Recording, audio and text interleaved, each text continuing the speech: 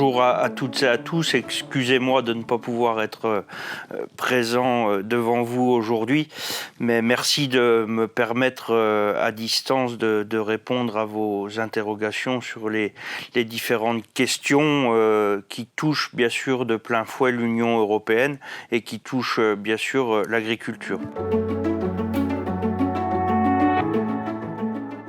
Sont surveillés de près par l'Union européenne. La Commission européenne, d'ailleurs, publie au cours de l'année divers rapports sur la situation des prix, sur l'évolution des marchés des matières premières et des denrées alimentaires. Elle vient bien sûr rendre compte régulièrement aux députés européens de ces différentes analyses et études. Voilà, et avec la guerre en Ukraine, cette surveillance s'est bien évidemment accrue et intéresse beaucoup plus de monde que d'habitude. Des données sont collectées mensuellement sur les niveaux de stock de céréales, d'oléagineux et puis aussi sur le riz. En ce début là, du mois de septembre, le bilan de l'été, ça ne vous a pas échappé, est pas forcément bon pour les marchés agricoles. La sécheresse a impacté lourdement la production de maïs et de fourrage, et puis altéré aussi les conditions de pâturage. La question donc se pose des conséquences pour les éleveurs. Comment vont-ils pouvoir nourrir les animaux ? Les engrais font aussi partie des sujets et des enjeux européens et mondiaux pour la prochaine campagne. Donc voilà, toutes ces questions-là, on devra aussi y répondre au fur et à mesure des éléments qui nous sont apportés et puis des conséquences aussi que continuera d'avoir la guerre en Ukraine. Depuis toujours, elle est en bonne place sur les marchés agricoles européens, grâce à une agriculture tout aussi riche que diversifiée, j'allais dire. On retrouve de la vigne, du lait, de la viande bovine, bien sûr des grandes cultures. Et beaucoup de ces produits sont sous signe de qualité, ce qui donne une richesse bien évidemment encore plus importante à notre belle région. Mais encore une fois, les récentes sécheresses inquiètent beaucoup chez nous, des sécheresses à répétition en plus, et bien sûr fragilisent et pourraient fragiliser bon nombre de filières. Donc pareil, là-dessus, nous devrons trouver des soutiens adaptés et conséquents pour justement gérer ces crises et bien sûr les questions autour notamment des systèmes assurantiels qui sont déjà sur la table avec les lois autour de la gestion des risques climatiques notamment. Voilà, tout ça doit voir le jour et on y travaille. La guerre en Ukraine nous rappelle aussi, depuis maintenant quelques mois, l'importance d'assurer notre souveraineté alimentaire et notre sécurité alimentaire, car compter sur le commerce international pour se nourrir, finalement, ça marche que dans un monde en paix, et ce qui, aujourd'hui, on le voit bien évidemment, n'est plus garanti. Donc c'est certainement, pour moi, la première leçon, ou la leçon en tout cas la plus importante à tirer de cette guerre en Ukraine. En Europe comme ailleurs, il s'agit d'abord de réduire nos dépendances. Au niveau international, la France, sur ce sujet-là, est à l'initiative d'une démarche de concertation justement internationale nommée FARM, visant à soutenir les pays les plus vulnérables, pour faire en sorte justement qu'ils se protègent face à la faim, tout simplement. Au niveau européen, cela se traduit aussi par des flexibilités supplémentaires sous forme de dérogation des règles de la PAC offertes justement aux agriculteurs. pour à minima qu'ils ne produisent pas moins. L'idée n'est pas de forcément toujours produire plus, et d'ailleurs l'Europe est déjà au taquet en termes de potentiel de production, mais par contre il faut donner les moyens aux agriculteurs de continuer à remplir aussi notre mission pour produire un peu plus de ce dont on a besoin, j'allais dire. C'est une volonté bien sûr louable que nous pouvons qu'encourager. Elle est la preuve aussi que l'Europe plaît et surtout qu'elle rassure les peuples désireux de pouvoir enfin vivre en paix. Et pour ce qui concerne l'Ukraine, loin du giron russe. Mais cette volonté de l'Ukraine d'intégrer l'Union européenne nous pose aussi la question de l'association de l'agriculture ukrainienne, très productive, assez différente de la nôtre, à notre économie et à notre système ou modèle agricole européen. Donc là, pareil, il va falloir qu'on travaille avec les Ukrainiens, avec l'agriculture et ceux qui la font en Ukraine, pour justement que nos systèmes soient plus cohérents et que nos systèmes agricoles justement soient pas en compétition mais plutôt en collaboration pour devenir, moi c'est mon souhait et je l'ai déjà exprimé, mais une puissance qui réponde vraiment aux attentes mondiales, tant en matière de souveraineté alimentaire qu'en matière aussi d'environnement et de lutte contre le changement climatique. L'Union européenne vis-à-vis de l'Ukraine est depuis le début engagée sans réserve aux côtés du peuple ukrainien. Bien sûr, il y a un rôle diplomatique et de communication qui n'est pas négligeable face à une Russie adepte de la propagande et de la fake news.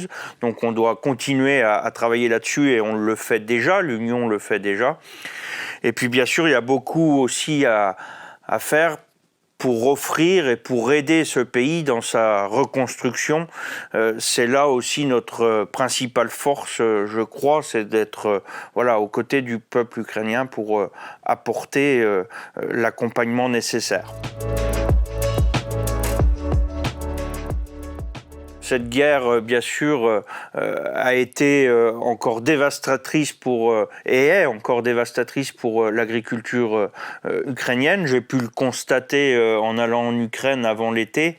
Des champs dévastés par la guerre, des stocks de céréales gigantesques qui sont bloqués ou qui étaient en tout cas bloqués aux frontières du pays, mais c'est encore le cas. L'été a quand même permis de trouver un accord entre les grandes puissances de la région pour réouvrir, mais malheureusement que partiellement, les ports de la mer Noire. Donc c'est une solution, mais qui est loin d'être parfaite.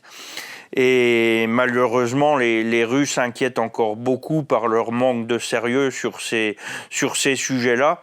Et donc, pour l'instant, elle a permis de désengorger un petit peu les silos de grains ukrainiens, mais il y a encore du travail pour justement améliorer les voies aussi terrestres pour sortir l'alimentation, en tout cas les produits agricoles de l'Ukraine.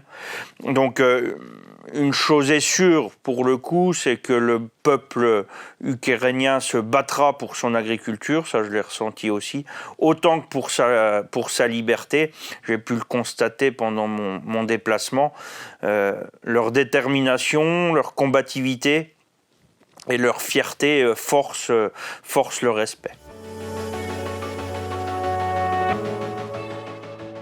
L'impact de la guerre sur les marchés agricoles est important et grave, tant en termes de disponibilité, surtout des matières premières et en termes de prix aussi, les conséquences sont assez inquiétantes pour le monde agricole.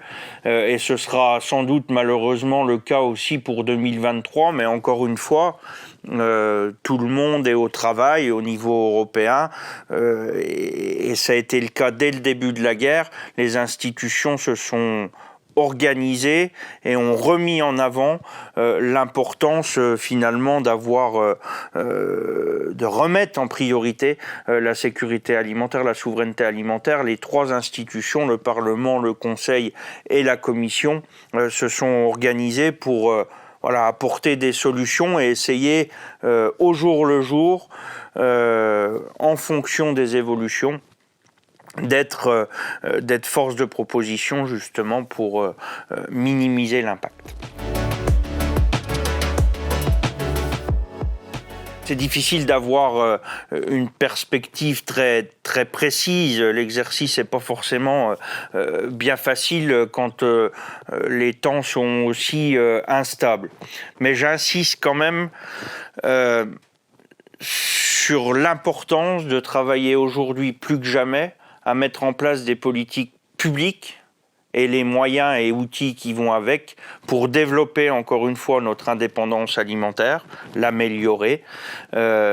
Il n'est plus possible, il n'est plus raisonnable aujourd'hui de devoir continuer à compter sur des zones du monde qui restent instables et aux mains de dictateurs. Donc pour nous nourrir, on ne peut plus se permettre de compter sur eux, donc on doit diversifier encore une fois nos dépendances. L'énergie doit être notamment mise sur le développement de notre capacité européenne à produire nos propres engrais. Ça, il y a vraiment du boulot à faire là-dessus, en étant moins dépendant des gaz. Il y a déjà du gaz, il y a déjà des entreprises qui réussissent à produire des engrais avec un minimum de gaz, voire pas du tout. Donc voilà, on doit trouver des nouvelles solutions pour avancer là-dessus.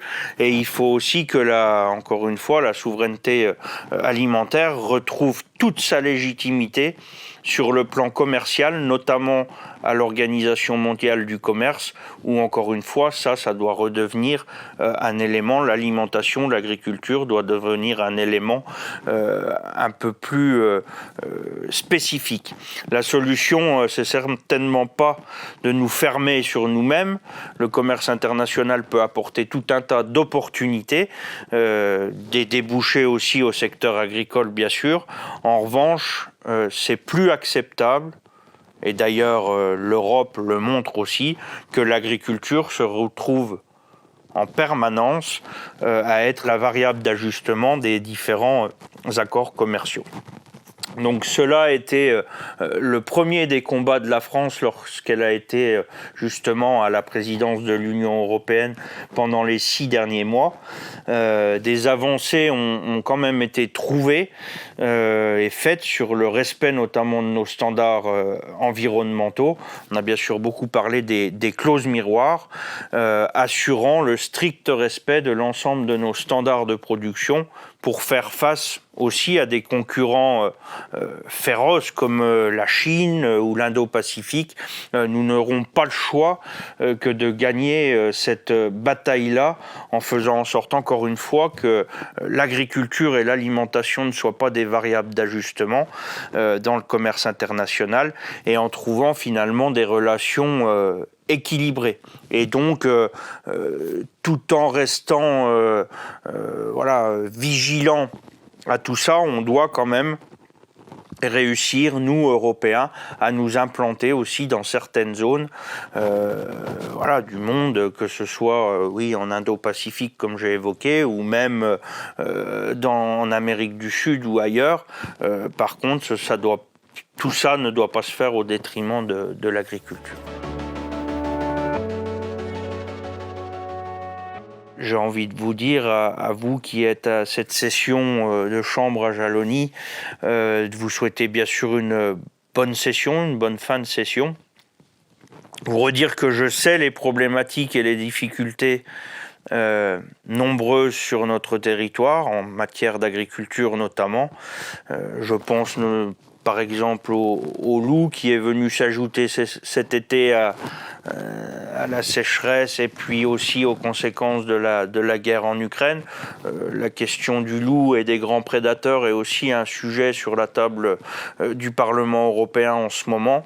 On essaye de faire en sorte que toutes les parties prenantes comprennent bien les conséquences que ça peut avoir sur nos territoires. C'est pas toujours évident de se rendre compte à Bruxelles des dégâts que ça peut faire dans le Charolais ou dans d'autres zones de notre département. Donc voilà, c'est aussi des sujets sur lesquels on essaye de se battre, mais votre soutien est bien sûr indispensable. Donc encore une fois, je sais que les temps sont difficiles, mais les agriculteurs de Saône-et-Loire costauds, donc ne baissez pas les bras et continuez à défendre notre belle profession et notre beau territoire. Merci encore et bonne fin de session.